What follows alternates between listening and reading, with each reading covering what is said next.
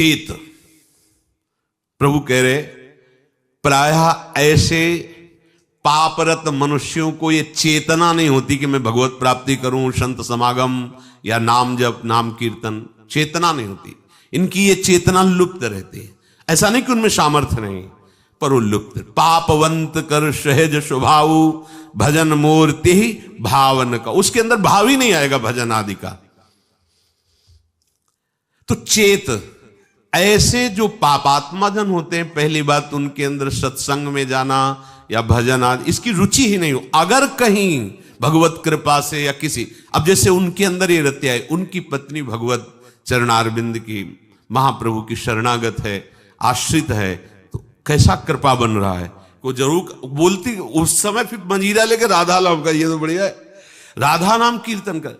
यद्यपि ऐसा नहीं करना चाहिए, ऐसे दुर्व्यसन नहीं कर, पर दुर्व्यसन नहीं छोड़ सकते और राधा नाम स्वीकार कर लिया तो इस बात हमें विश्वास है, राधा नाम की महिमा पर निश्चित आपका मंगल होगा। निश्चित आप इसी जन्म में ऐसी घृणा करेंगे कि देख लेना, निश्चित ये नाम और ये भगवत प्रीति, ये भगवत प्रीति है। मैं नीच हूं, मैं पामर हूं, अधम हूं, पर प्रभु आपका नाम, आपका गुण कीर्तन, आपकी महिमा, छुट्टी 84 भ्रमंते निरखय जुगल किशोर, ये हम सत्य मानेंगे। इस असत वृत्ति की सत्ता नहीं है, और इसकी राधा नाम की, चतुरासी जी की इसकी सत्ता है। इस असत वृत्ति की सत्ता नहीं है। ना सतो विद्यते भाव, ना भाव विद्यते सता। ये सत वृत्ति तुम्हारा परम मंगल कर देगी। यदि किसी महापुरुष का संग हो जाए, ऐसी कोई घटना घट जाए, ऐसी परिस्थिति बिगड़ जाए, ऐसा वातावरण हो जाए कि उससे ऊब करके किसी संत का आश्रय ले ले, महापुरुष का, तो कोई कितना भी बड़ा पापी हो, उनके प्रभाव से ऐसा दृढ़ निश्चय कर ही लेगा कि अब मुझे इस जन्म में भगवत प्राप्ति करनी है। वो संपूर्ण पापों से भली भांति तर जाएगा। सर्वम ज्ञान प्लवेनैव व्रजिनम संतरिष्यति। प्रकृति के कार्य शरीर और संसार के संबंध से ही पाप होते हैं। जितने पाप होते हैं वो देहाभिमान जब होता है, और देहाभिमान में इंद्रियजन्य सुखों की भोग लालसा ही पाप कराती है। और जब संत संग होता है तो संत संग का प्रभाव होता है सर्व संबंध विच्छेद।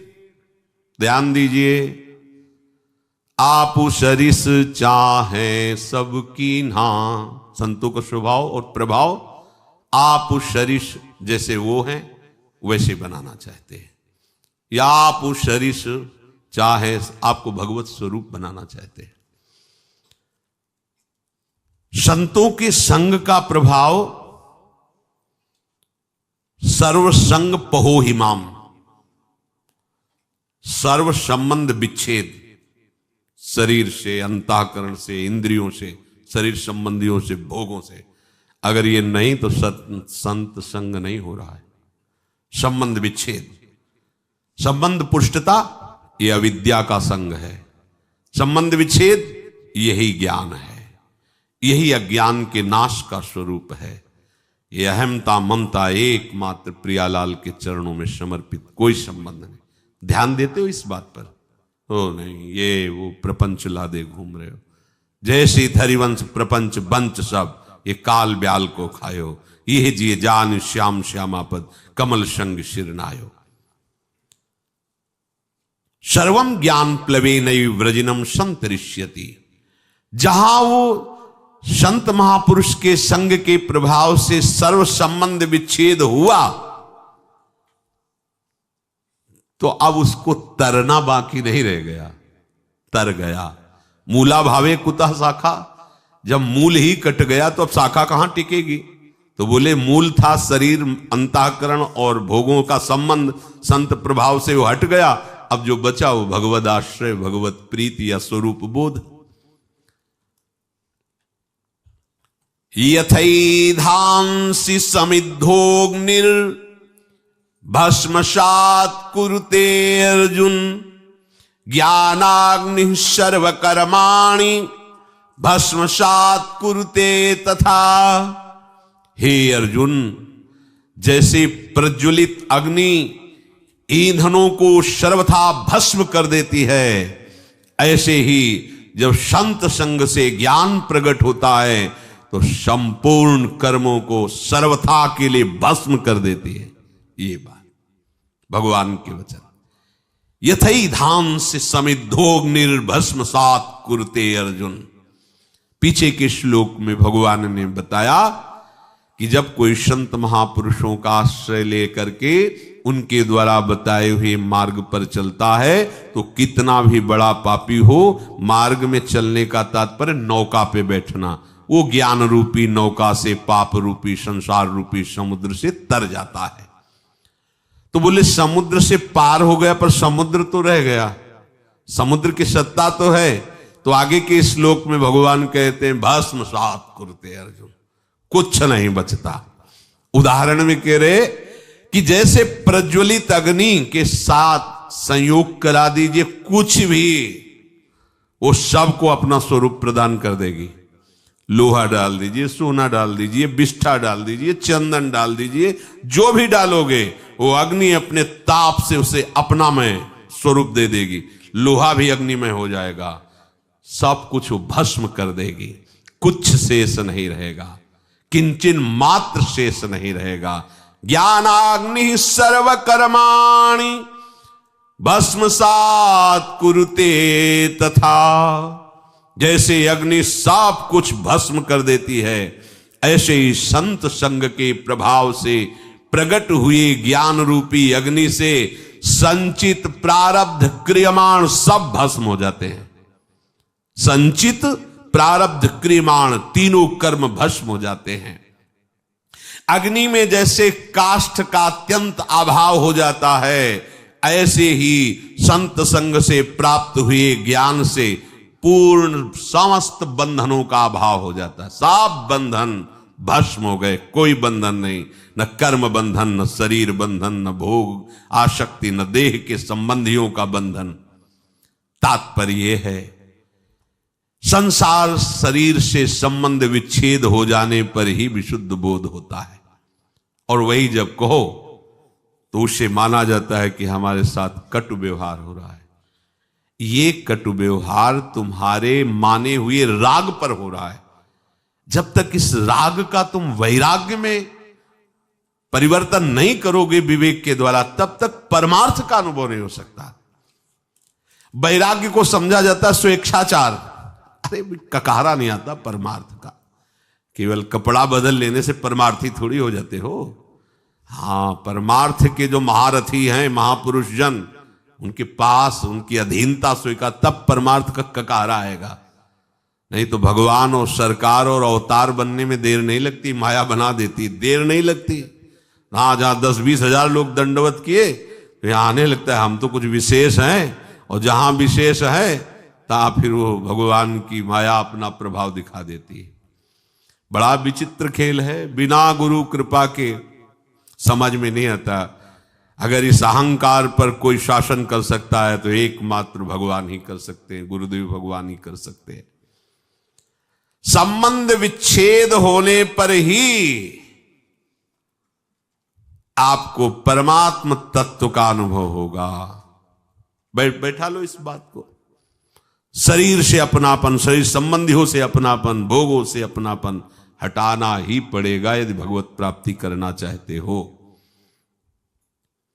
देखो महाप्रभु के दूरादपास्य स्वजनान सुखमर्थ कोटिम सर्वेषु साधन वरेश्चिरम निराशा तो वर्षंत में उस सहजाद्भुत सौख्य धाराम श्री राधिका चरण रेणु माम स्मरम। सैकड़ों बार इस श्लोक को सुनाया होगा, आपने सुना होगा और पढ़ा होगा।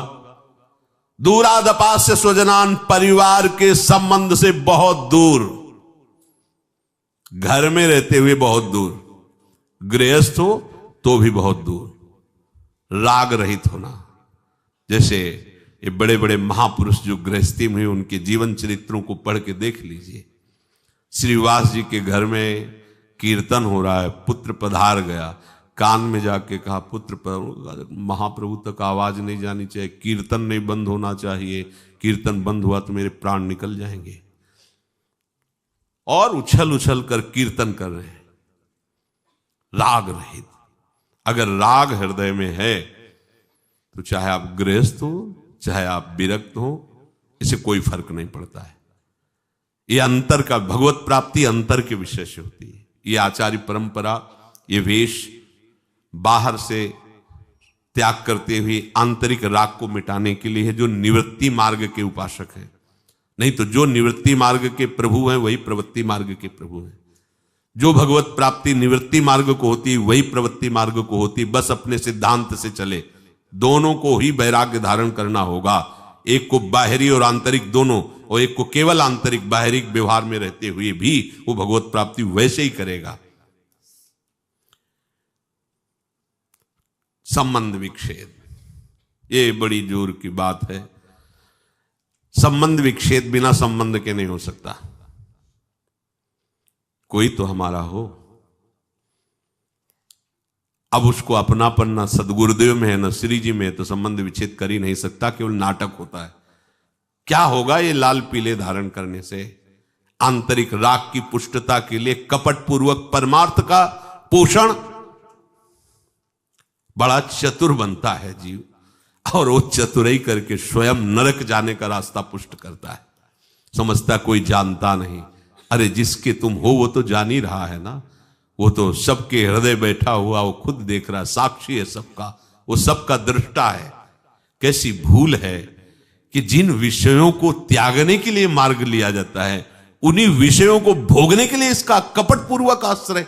कैसा कैसा भगवान का ये विचित्र माया जाल है। वो जानते, दूसरों को उपदेश दे सकता है, वो दूसरों के लिए वो लिखित दे सकता है, और अपने लिए पर उपदेश कुशल बहुत है। दूसरों को उपदेश देने के लिए तो क्या आनंद आता है, लेकिन अपने आचरणों पर उस उपदेश को उतारो, तभी भगवत प्राप्त। संबंध विच्छेद, गुरु से संबंध बनाकर उसका नाटक करना, और संबंध शरीर और शरीर के भोगों से प्रभु को अपना मानने का नाटक करना, और संसार से अपना सत्य भाव रखना, प्रभु को साधन बना लेना और विषयों को साध्य बना लेना। कहां की चतुरता है ये, कहां की बुद्धिमत्ता है? अपने हाथ से अपना नाश कर रहे हो। जब तक संबंध विच्छेद नहीं, तब तक परमात्म तत्व का बोध नहीं। बातें बनाने वाले तो हम जैसे बहुत हैं, बहुत बातें बनाने वाले, खूब बढ़िया लच्छेदार भाषण हो सकता है, लेकिन परमात्म प्राप्ति लच्छेदार भाषण देने और सुनने से नहीं होती, उसका वर्ण करने से होती है। सब संबंध विच्छेद, एकमात्र प्रियालाल से अपना संबंध